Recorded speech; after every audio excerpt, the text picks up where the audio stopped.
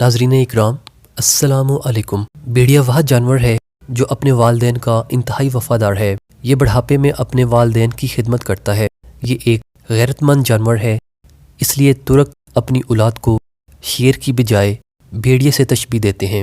ناظرین، بھیڑیا وہ ایسا جانور ہے جو اپنی آزادی پر کبھی بھی سمجھوتا نہیں کرتا اور کسی کا غلام نہیں بنتا، بلکہ جس دن پکڑا جاتا ہے اس وقت سے خوراک لینا بند کر دیتا ہے۔ اس لیے اس کو کبھی بھی آپ چڑیا گھر یا پھر سرکس میں نہیں دیکھ پاتے۔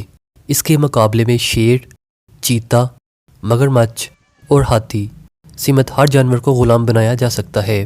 بھیڑیا کبھی مردار نہیں کھاتا اور نہ ہی بھیڑیا محرم والدہ بہن پر جھانکتا ہے، یعنی باقی جانوروں سے بالکل مختلف بھیڑیا اپنی ماں اور بہن کو شہود کی نگاہ سے دیکھتا تک نہیں۔ بھیڑیا اپنی شریک حیات کا اتنا وفادار ہوتا ہے کہ اس کے علاوہ کسی اور مونس سے تعلق قائم نہیں کرتا۔ اسی طرح مونس یعنی اس کی شریک حیات بھیڑیا کے ساتھ اسی طرح وفاداری نبھاتی ہے۔ بھیڑیا اپنی اولاد کو پہچانتا ہے کیونکہ ان کے ماں باپ ایک ہی ہوتے ہیں۔ جوڑے میں سے اگر کوئی ایک مر جائے تو دوسرا مرنے والی جگہ پر کم از کم 3 ماہ کھڑا بطور ماتم افسوس کرتا ہے۔ ناظرین، بھیڑیے کو عربی زبان میں ابن البار کہا جاتا ہے، یعنی نیک بیٹا، کیونکہ جب اس کے والدین بوڑھے ہو جاتے ہیں تو یہ ان کے لیے شکار کرتا ہے اور ان کا پورا خیال رکھتا ہے۔ اس لیے ترک اپنی اولاد کو شیر کی بجائے بھیڑیے سے تشبیہ دیتے ہیں۔